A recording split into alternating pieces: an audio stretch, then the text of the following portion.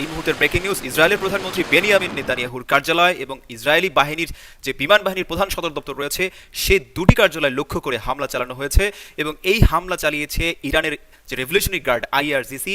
তারা হামলা চালিয়েছে। তারা একটি বিবৃতি দিয়ে জানিয়েছে যে বিমান বাহিনীর প্রধান সদর দপ্তর এবং প্রধানমন্ত্রীর কার্যালয় অর্থাৎ বেনিয়ামিন নেতানিয়াহু যেখানে অফিস করেন সেই প্রধানমন্ত্রীর কার্যালয় অভিমুখে তাদেরকে লক্ষ্য করে হামলার নিশানা করে হামলা চালানো হয়েছে। এবং এই হামলায় যে অস্ত্রটি ব্যবহার করা হয়েছে, ইরান বলছে যে হামলায় ব্যবহার করা হয়েছে খাইবার নামে একটি শক্তিশালী ব্যালিস্টিক ক্ষেপণাস্ত্র এবং এই ক্ষেপণাস্ত্রটি কিন্তু ইরানের দীর্ঘ পাল্লার অন্যতম শক্তিশালী ব্যালিস্টিক ক্ষেপণাস্ত্র এবং সামরিক বিশ্লেষকরা বলছেন যে এই ক্ষেপণাস্ত্র এত বেশি উচ্চ ক্ষমতা সম্পন্ন যেটি দূরপাল্লায় আঘাত হানতে পারে। এবং এই ক্ষেপণাস্ত্রটি এজন্যই শক্তিশালী যে ইসরায়েলের যে আকাশ প্রতিরক্ষা ব্যবস্থা আছে সেটিকে কিন্তু ভেদ করে যে ইসরায়েলের প্রধানমন্ত্রীর কার্যালয় রয়েছে সেই কার্যালয়ে গিয়ে সরাসরি আঘাত হেনেছে।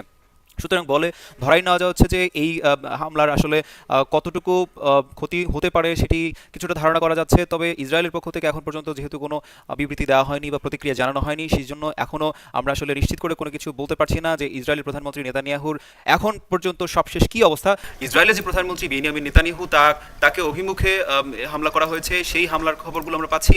সবশেষ এই হামলাটি করা হলো দশমবারের মতো, অর্থাৎ এর আগে নয়বার হামলা করা হয়েছে প্রধানমন্ত্রী বেনিয়ামিন নেতানিয়াহুর কার্যালয় অভিমুখে, কিন্তু সেই হামলাগুলো ততটা কার্যকরী ছিল না। এই হামলাটি সবশেষ যে হামলাটি চালানো হয়েছে সেটি ইসরায়েলের যে প্রতিরক্ষা ব্যবস্থা রয়েছে আকাশ প্রতিরক্ষা ব্যবস্থা সেটিকে কিন্তু ভেঙে ভেদ করে ইসরায়েলের যে প্রধানমন্ত্রী রয়েছে বেনিয়ামিন নেতানিয়াহু তার কার্যালয়ে আঘাত হেনেছে।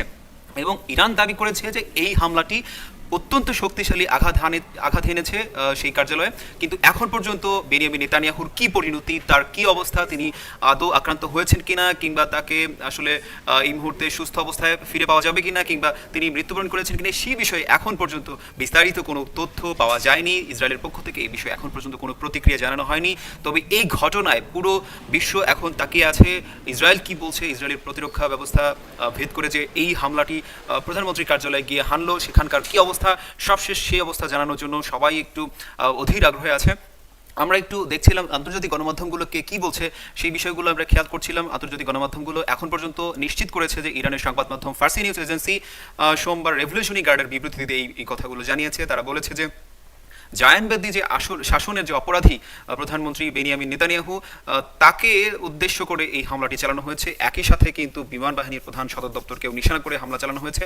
অর্থাৎ দুটো বড় হামলা চালালো ইরান এই গত কয়েকদিনের যুদ্ধে।